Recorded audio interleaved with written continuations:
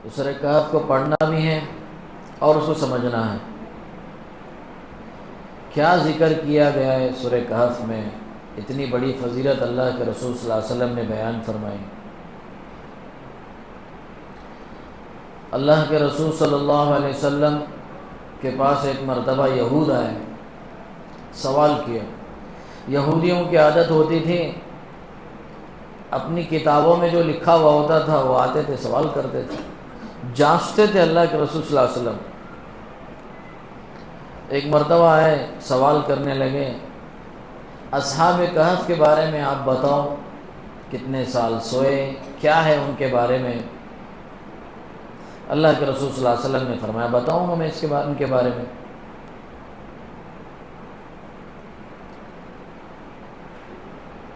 واللہ کے رسول صلی اللہ علیہ وسلم نے انشاءاللہ کہنا اللہ کے رسول صلی اللہ علیہ وسلم بھول گئے، بتا دیا کہ کل میں بتاؤں گا آپ کو۔ اب جبرائیل تو آنے کو تیار نہیں، ایک دن گزر گئے، 2 دن، وحی کا سلسلہ منقطع ہو گیا، آ ہی نہیں رہے جبرائیل علیہ السلام۔ ادھر یہود تانا دینے لگے، دیکھو ان کو کچھ بھی معلوم نہیں ہے، بہت سے تانے دینے لگے اللہ کے رسول صلی اللہ علیہ وسلم۔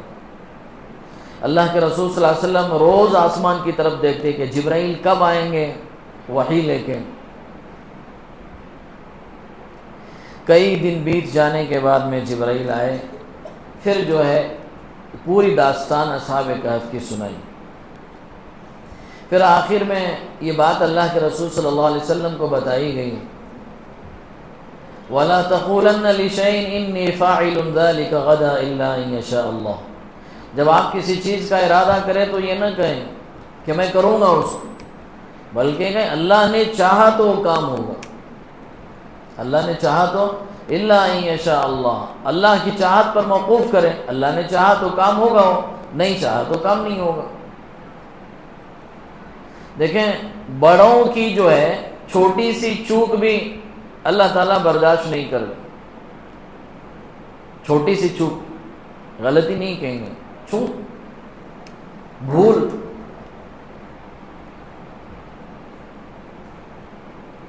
اللہ تعالیٰ نے وحی کا سلسلہ منقطع کر دیا۔ یوسف علیہ السلام، یعقوب علیہ السلام کو یوسف سے بہت زیادہ محبت تھی۔ بعض روایتوں میں یہ بات ملتی ہے، جیسے کہ ضعیف ہے یہ روایت، یعقوب علیہ السلام نماز پڑھ رہے تھے، ایک مرتبہ نماز پڑھ رہے تھے، یوسف علیہ السلام کھیل رہے تھے، کھیلتے کھیلتے کہیں جا کے گر گئے تو نماز سے پورا دھیان ہٹا یوسف کی طرف چلا گیا، بہت زیادہ محبت یوسف سے۔ اللہ نے کہا ہم سے زیادہ محبت اپنے بچے سے، چلو جدا کر دیں گے۔ 40 سال جدا کر دیا بیٹے کو باپ سے، کئی سال بیت گئے جدائی میں۔ تو میرے بزرگ اور عزیز دوستوں، اسی صورت کے اندر دوسرا واقعہ موسیٰ علیہ السلام کا بھی ہے۔ انہوں نے وہی جملہ کہا، میں روئے زمین پر سب سے زیادہ جاننے والا ہوں۔ تقریر کر رہے تھے بنی اسرائیل کے سامنے، اتنی بہترین تقریر کی کہ سب رونے لگے۔ ایک نے اٹھ کے کہا اس وقت سب سے زیادہ کون جاننے والا زیادہ؟ موسیٰ علیہ السلام نے کہا میں زیادہ جاننے والا ہوں۔ اللہ کو یہ بات بڑی ناگوار گزری کہ تم نے ایسا کیوں کہا؟ یہ تم سے زیادہ جاننے والے بھی دنیا میں موجود ہیں، جاؤ سفر کرو سمندر کے، جہاں 2 سمندر ملتے ہیں، ہمارا ایک بندہ ہے، جاؤ ان کے پاس وہ علم ہے جو تمہارے پاس نہیں ہے۔ کئی دن کا سفر کرایا اللہ تعالیٰ نے موسیٰ علیہ السلام کو، چلتے رہو چلتے رہو۔ تو یہ کئی دن تک وہی رکی رہی، پھر جو ہے اللہ تعالیٰ نے وہی نازل فرمائی جس میں اصحاب کہف کا پورا واقعہ جو ہے تفصیل سے بیان کیا گیا۔ کیا ہے اصحاب کہف کا پورا واقعہ؟ پہلے تو شروع کے آیات میں یہ بتایا گیا کہ نبی جی اپنے آپ کو اتنا مت گھونٹیے، اتنا اپنے آپ کو پریشان مت کیجیے، فَلَعَلَّكَ بَاخِعٌ نَفْسَكَ عَلَىٰ آثَارِهِمْ إِن لَّمْ يُؤْمِنُوا بِهَٰذَا الْحَدِيثِ أَسَفًا۔ یہ کفار مکہ جن کے بارے میں دن رات آپ پریشان رہتے ہیں، ان کی دعوت میں، ان کے ایمان لانے میں، اتنا مت آپ بے فکر مند رہیے، اپنے آپ کو اتنا مت گھونٹیے، تکلیف میں مبتلا مت کیجیے۔ یہ ایمان نہ ان کے سامنے ساری چیزیں آ گئی، نہ اللہ کے کلام میں کوئی کمی ہے، نہ آپ کی دعوت میں کوئی کمی ہے، اللہ نے کہا الحمدللہ الذی انزل علی عبدہ الکتاب ولم یجعل لہ عوجا، نہ اللہ کی کتاب میں کوئی کمی ہے نہ ہے آپ کے دعوت میں کوئی کمی ہے. کمی ان کے کفر میں ہے، ان کے عناد میں ہے، ان کی سرکشی میں ہے. ان کا سرکش، ان کا کفر ان پر حاوی ہو گیا ہے، جس کی وجہ سے ایمان قبول نہیں کرتے ہیں. آپ چھوڑ دیجیے، زیادہ آپ کو ٹینشن لینے کی ضرورت نہیں ہے. پھر اللہ تعالیٰ نے واقعہ سنا ہے صاحب کہف کا، کہ چند نوجوان تھے جنہوں نے اپنی ایمان کی حفاظت کی خاطر اپنے ایمان کو بچانے کے لیے اپنا وطن عزیز چھوڑ دیا.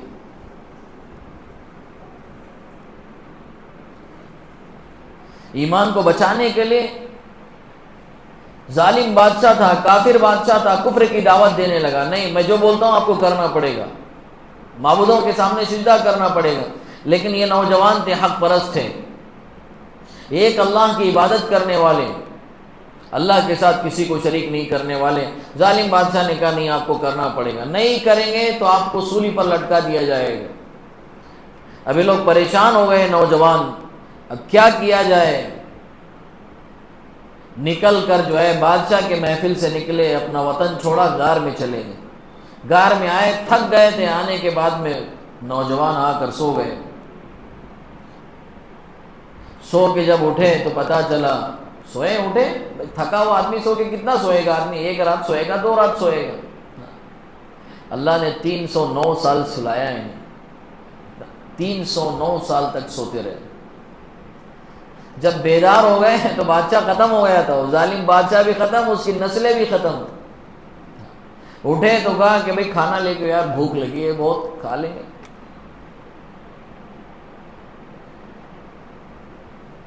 جا کے مارکیٹ سے کھانا لانے کے لیے گئے، پرانے زمانے کے سکے.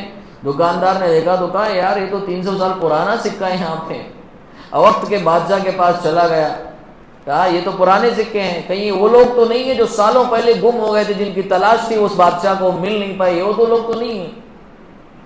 اس بادشاہ نے کہا واقعتاً یہ وہی لوگ ہیں. پھر گئے ان سے ملاقات کی، ملاقات کرنے کے بعد میں کہا آپ وہی لوگ ہیں جو ظالم بادشاہ کے زمانے میں غار میں چلے گئے تھے، وہ ڈھونڈ ڈھونڈ کے تھک گئے. اللہ نے تمہاری حفاظت کی کتے کے ذریعے. کتا ہمیشہ نگرانی کر کے بیٹھا تھا غار کے سامنے. وَكَلْبُهُمْ بَاسِطٌ ذِرَاعَيْهِ بِالْوَصِيدِ، اپنے جو ہے پیر پھیلا کے بیٹھا تھا. کوئی آئے گا تو ایسا لگتا تھا کہ حملہ کر دے گا، فوراً ان کے ساتھ میں چل دیا تھا. اللہ تعالیٰ نے تمہاری حفاظت کی. اس وقت کا بادشاہ جو تھا وہ توحید پرست تھا، نیک تھا، صالح تھا، ایک اللہ کی عبادت کرنے والا تھا. لوگ اس زمانے میں آخرت کو نہیں مانتے تھے. لوگ اس زمانے میں مرنے کے بعد دوبارہ اٹھنے کو نہیں مانتے تھے. مرنے کے بعد کیسا اٹھائے جائیں گے؟ یہ پاسبل ہی نہیں ہے.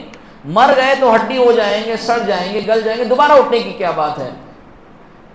اللہ نے ان کو اٹھایا، اٹھا کے سارے بستی والوں کو اس بادشاہ کے ذریعے سمجھایا. بادشاہ نے تقریر کر کے سارے بستی والوں کو کہا دیکھو جلاتا بھی ہے، جلا تھا، مرتا مار تھا، زندہ کرنا مارنا یہ سب اللہ کے قبضے میں ہے. وہ زندہ کرتا بھی ہے، وہ مارتا بھی ہے، زندہ کر رہا، جب چاہے زندہ کر سکتا ہے. چاہے مرنے کے بعد زندہ کرے، چاہے 300 سال کے بعد زندہ کرے، چاہے ہزاروں سال کے بعد زندہ کرے.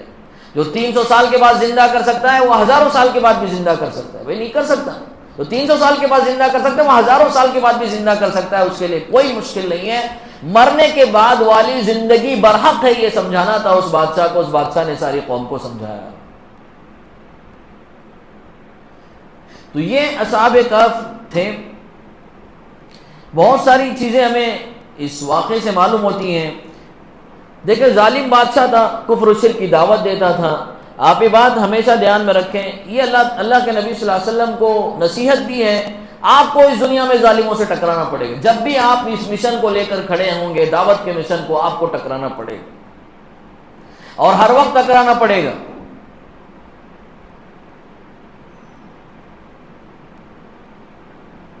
اور حالات خراب سے خراب ہوتے جائیں گے. جب بھی آپ اس مشن کو لے کر کھڑے ہو جائیں گے، آپ کے حالات بد سے بدتر کیے جائیں گے، حالات خراب سے خراب ہو جائیں گے. اور آپ کو آزمایا جائے گا کہ آپ کے اندر صبر کی کیفیت کتنی ہے، آپ صبر کتنا کرتے ہیں، آپ کو آزمایا جائے گا. اور یہ حقیقت ہے کہ شرک کے مقابلے میں توحید جب کھڑی ہو جائے گی تو لوگ خاموش نہیں بیٹھیں گے. شرک کے مقابلے میں جب توحید کھڑی ہو جائے گی تو لوگ قبیل جو ہے ٹھنڈے کو قبول نہیں کریں گے، لوگوں کو برداشت ہی نہیں ہوگا۔ آج ساری دنیا سے لڑائی کیوں ہے اسلام مسلمانوں کی، اسلام کی مسلمانوں کی؟ بھئی ہم کہتے ہیں اس دنیا کا خالق و مالک ایک ہے، ساری دنیا کہتے ہیں نہیں الگ ہے فلاں، ہم کہتے ہیں نہیں بھئی ایک ہی ہونا چاہیے اس دنیا کا خالق و مالک۔ یہی تو لڑائی آئے دن اسلام کے خلاف میں ہزاروں صفحات اسلام کے خلاف لکھے جاتے ہیں، لیکن میرے بزرگ اور عزیز دوستو اسلام کا کچھ بگڑنے والا نہیں ہے، اس لیے کہ اس پودے کو اللہ نے اگایا ہے، یہ کسی انسان نے کھڑا نہیں کیا ہے۔ اس کی زمین، اس کی جڑیں بہت گہری ہیں، اصلها ثابت وفرعها فی السماء، اس کی زمین، اس کی جڑیں بہت گہری ہیں زمینوں میں اور اس کی شاخیں آسمانوں میں، یہ انسانوں کے ہلانے سے اور انسانوں کے ختم کرنے سے ختم ہونے والا نہیں ہے۔ تو حالات آئیں گے، دو چیزیں ہوں گی، یا تو آپ حالات سے کمپرمائز آپ کو کرنا پڑے گا، یا ہے کہ صبر کرنا پڑے گا، یا ہے کہ آپ کو صبر کرنا پڑے گا۔ آج ہم بات کریں گے صبر پہ، کمپرمائز کیسے ہوتا ہے آج پڑھیں گے۔ آج کی صورت میں آپ کو کیا کیا کس طریقے سے کمپرمائز کرنا پڑے گا، آج پوری صورت سلیمان علیہ السلام کا پورا واقعہ اسی بات پر تذکرہ کرتا ہے، وہ ہم کل بات کریں گے۔ آج بات کریں گے صبر آپ کو کرنا پڑے گا، تکلیفیں آئیں گی، مصیبتیں آئیں گی، حالات آئیں گے، آپ کو ہر حال میں صبر کرنا پڑے گا جیسے ان نوجوانوں نے صبر کیا۔ اور دوسری بات اس میں یہ بتائے گی، اللہ قرآن میں کہہ رہے ہیں انہم فتیۃ آمنوا بربہم وزدناہم ھدی، کہ یہ نوجوان تھے، جوانی کے عالم میں تھے۔ میں نوجوانوں سے کہتا ہوں کہ جوانی کی عبادت اللہ کو بہت پسند ہے، اپنے وقت کو ضائع نہ کریں، اللہ کی عبادت میں لگائیں، یہ اللہ کو بہت پسند ہے، یہ اللہ کو بہت پسند ہے۔ اسی آیت کی تفسیر میں انہم فتیۃ آمنوا بربہم وزدناہم ھدی، وہ نوجوان تھے جن کے دل میں ایمان گہرائی کے ساتھ تھا اور اللہ نے ان کے دلوں میں ایمان بڑھا دیا اور اضافہ کر دیا اور ان کے ایمان کو مضبوط کر دیا۔ یہ جو نوجوان تھے اصحاب کہف، شیخ سعدی رحمۃ اللہ علیہ نے اس آیت کی تفسیر میں شعر لکھا ہے، میں ہمیشہ کہتا ہوں، در جوانی توبہ کردن شیوہ پیمبری اس و در بڑھاپا گرگے ظالم بزرگ می شود۔ شیخ سعدی رحمۃ اللہ علیہ کہتے ہیں جوانی میں توبہ کرنا یہ پیغمبروں کا شیوا ہے، جوانی میں توبہ کرنا یہ پیغمبروں کا شیوا ہے، بڑھاپے میں ظالم بھیڑیا بھی بزرگ بن جاتا ہے، بڑھاپے میں، کیونکہ دانت جب چبانے کے قابل نہ ہو بھیڑے کے اندر، پھر اس کے سامنے بچہ ہے، بکری کا بچہ ہے، کچھ بھی ہے تو کہے گا بھائی میں کچھ نہیں کر سکتا۔ جب اللہ نے طاقت دی ہے ظلم کرنے کی، جب اللہ نے طاقت دی ہے ناحق خواہشات پوری کرنے کی، جب اللہ نے سب کچھ آپ کے اختیار میں دیا ہے، اس کے باوجود جب آپ رک جاتے ہیں، اللہ کی مرضی کے تحت اپنے آپ کو جب چلاتے ہیں نوجوانی کے عالم میں، اللہ کہتے ہیں یہ ہمیں بہت پسند ہے، در جوانی توبہ کرنا یہ پیغمبروں کا شیوا ہے، یہ پیغمبروں کا طریقہ ہے۔ اس لیے میرے عزیز مائیں اور بہنیں، میرے عزیز دوستوں، اپنی نوجوانی کو اللہ کی عبادت کے لیے فارغ کریں، اللہ کے حکموں کے لیے فارغ کریں، اپنے آپ کو گناہوں سے بچائیں اور اپنے آپ کو اللہ کے تابع بنائیں۔ اور دوسری بات، اصحاب کہف کا کتا ہے ہو گیا، اللہ نے حفاظت کے قابل بنایا۔ میں نے دیکھو یہ تو پڑھا نہیں، میں نے سنا ہے،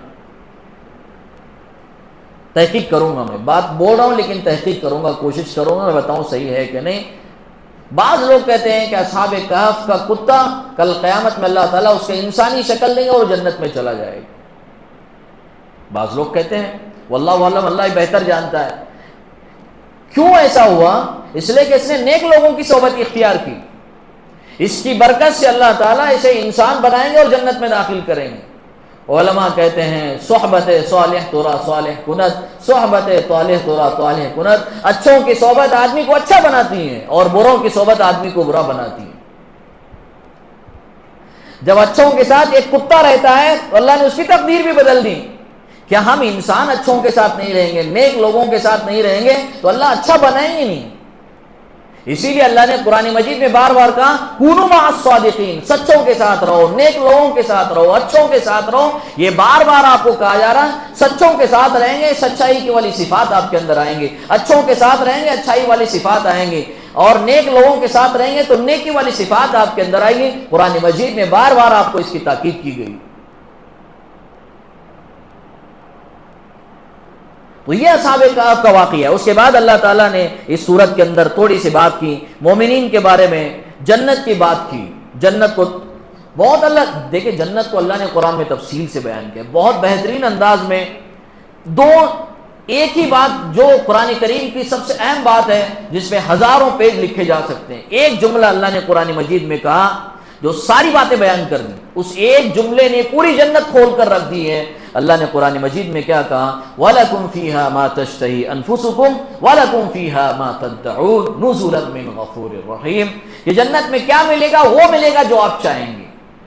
وَلَكُمْ فِيهَا مَا تَشْتَهِي أَنفُسُكُمْ، جو تمہارے نفس چاہیں گے، جو تمہارا دل چاہے گا وہ ملے گا، اور جو کچھ تم مانگو گے جنت میں وہ ملے گا۔ بات ختم ہو گئی۔ اگر یہ لکھتے ہیں کہ فلاں پھل ملے گا، فلاں ملے گا، فلاں ملے گا، جتنے لکھتے جائیں گے سب محدود ہوں گے۔ اور جب اللہ نے یہ کہا تمہارا جو جی چاہے گا وہ ملے گا، بات ختم ہو گئی۔ یہ ہزاروں صفحے کی ایک بات ہو گئی، اللہ نے ایک بات میں سب کچھ بتا دیا کہ وہ ملے گا جو تمہارا جی چاہے گا۔ کیوں آپ کو جنت ملی؟ کیوں؟ اس لیے کہ آپ نے اس دنیا میں اپنی مرضی چھوڑ دی۔ اس دنیا میں آپ نے اپنی مرضی چھوڑی، اللہ کے مرضی پر آپ نے اپنے آپ کو چلایا۔ قیامت میں اللہ کہیں گے جنت میں لو تمہاری مرضی یہاں چلے گی، یہاں ہمارا نہیں، آپ کی مرضی چلے گی۔ دل چاہتا ہے سوئیں، دل چاہتا ہے اٹھ کے چلے جائیں، دل چاہتا نہیں قرآن کو سنیں، دل چاہتا نہیں مسجد میں بیٹھیں۔ کتنے لوگ ہیں محلے میں، کتنے لوگ ہیں، کتنے تراویح پڑھتے ہیں، دل چاہتا نہیں قرآن سنیں، قرآن کی تفسیر سنیں، قرآن کے حلقوں میں بیٹھے ہیں، درس و تدریس سنیں۔ معلوم موبائل لے کے 2 گھنٹے بیٹھنا آسان ہے، مسجد میں 5 منٹ نماز کا انتظار کرنا مشکل ہوتا ہے۔ فٹافٹ نکلیں کہ بھاگ کے چلے جائیں۔ کہا جو ہماری مرضی کے مطابق نفس کو کنٹرول کر کے چلاتا ہے، اللہ کرے آخرت میں تمہاری مرضی چلے گی، جنت میں تمہاری مرضی چلے گی۔ یہ اللہ تعالیٰ نے جنت کا تذکرہ کیا، یہ ایک بات میں جنت کو بتا دیا، ایک آیت میں جنت کے بارے میں بتا دیا۔ ہمارے بچے پوچھتے ہیں وہاں ویڈیو گیم ملے گا کیا؟ ملے گا، گیم چاہیے، گیم ملے، کرکٹ ملے گا، سگریٹ ملے گا، جو چاہے وہ ملے گا۔ سوال دیکھیں، ہمارا اللہ نے کہا تمہارا دل جو چاہے ملے گا، کام ختم ہو گئے، سوال نہیں کرنا، جو دل چاہے وہاں ملے گا، بات ختم ہو گئی۔ ہم اپنے بچوں کو سمجھاتے، بچے کبھی سوال کرتے ہیں ہاں یہ ملتا ابو، وہ ملتا، وہ ملتا، سب کچھ ملتا وہاں، سب کچھ ملتا ہے وہاں۔ کہاں لکھا ہے؟ قرآن میں لکھا ہوا ہے وَلَكُمْ فِيهَا مَا تَشْتَهِي أَنفُسُكُمْ وَلَكُمْ فِيهَا مَا تَدَّعُونَ۔ اب وہ کیفیت کیا ہوگی وہ اللہ بہتر جانتا ہے، اللہ نے اس کو بیان کیا کیفیت ہوگی وہ اللہ ہی بہتر جانتا ہے۔ پھر دنیا کا تذکرہ کیا ہے اس سورت کے اندر کہ ہر آدمی دنیا کی طرف مائل ہوتا ہے، انسان کی فطرت ہے دنیا کی طرف مائل ہوتا ہے۔ آپ صلی اللہ علیہ وسلم نے دنیا و آخرت کو آپ نے بیلنس کیا۔ انہوں نے کہا کہ پیسہ بیکار چیز ہے، یہ نہیں کہا کہ پیسہ تمہارا کوئی بیکار ہے، اس کی ضرورت نہیں، یہ نہیں کہا۔ اسلام نے ایک بیلنس کیا انسانوں کو، مسلمانوں کو خاص کر کے۔ اللہ کے رسول صلی اللہ علیہ وسلم نے فرمایا الدنیا مزرعۃ الآخرہ، دنیا آخرت کی کمائی ہے۔ اس دنیا کے ذریعے آپ آخرت کما سکتے ہیں، اس دنیا کے ذریعے آپ اپنی آخرت بنا سکتے ہیں، آخرت کما سکتے ہیں۔ یہ دنیا آپ کے لیے بہتر چیز ہے۔ کب تک بہتر ہے؟ مفتی شفیع علیہ الرحمہ نے سورہ عصر کی تفسیر میں بیان فرمایا۔ مفتی شفیع علیہ الرحمہ فرماتے ہیں، ایک مثال دے کے فرمایا کہ دنیا کب ہمارے لیے نقصان ہے، دنیا کب ہمارے لیے نفع مند ہے۔ مفتی شفیع علیہ الرحمہ فرماتے ہیں پانی کشتی کے لیے ضروری ہے اور قیمتی بھی ہے۔ ارے پانی کشتی کے لیے ضروری ہے، بھائی کروڑ روپے کی جہاز بنا دیا آپ نے، پانی ہی نہیں ہے، چلے گی؟ نہیں چلے گی۔ کتنی قیمتی کشتی کو، پانی اس کے لیے ضروری ہے۔ جتنا پانی ضروری ہے اتنا پانی خطرہ بھی ہے کشتی کے لیے۔ ارے بھائی جتنا پانی ضروری ہے کشتی کے لیے اتنا خطرہ بھی ہے۔ اب کشتی چلانے والی کی ذمہ داری ہوتی ہے کشتی کو پار لگا دے، اس کنارے پانی میں لے جائے اور پانی کے اندر داخل ہوئے اگر پار لگا دیں، ایک کشتی چلانے والے کا کمال اور اس کی ذمہ داری ہوتی ہے۔ جہاں پانی کشتی کے اندر گھسا کشتی ڈوب جائے گی اور تباہ و برباد ہو جائے گی۔ ایک جملہ بتا دیا کہ دنیا ہماری ضرورت ہے۔ دنیا کیا ہے؟ ہماری ضرورت ہے، مقصد نہیں ہے۔ دنیا ہماری ضرورت ہے، مقصد نہیں ہے۔ مقصد ہر مومن کا آخرت ہونا چاہیے۔ اس دنیا کے ذریعے بھی ہر مومن کا مقصد آخرت ہونا چاہیے۔ جیسے ہم اپنے گھر میں ٹوائلٹ بناتے ہیں، بھائی ضرورت ہے انسان کی، بناتے ہیں، ہر آدمی کی ضرورتیں بناتے ہیں، بدرجہ مجبوری بنانا پڑتا ہے۔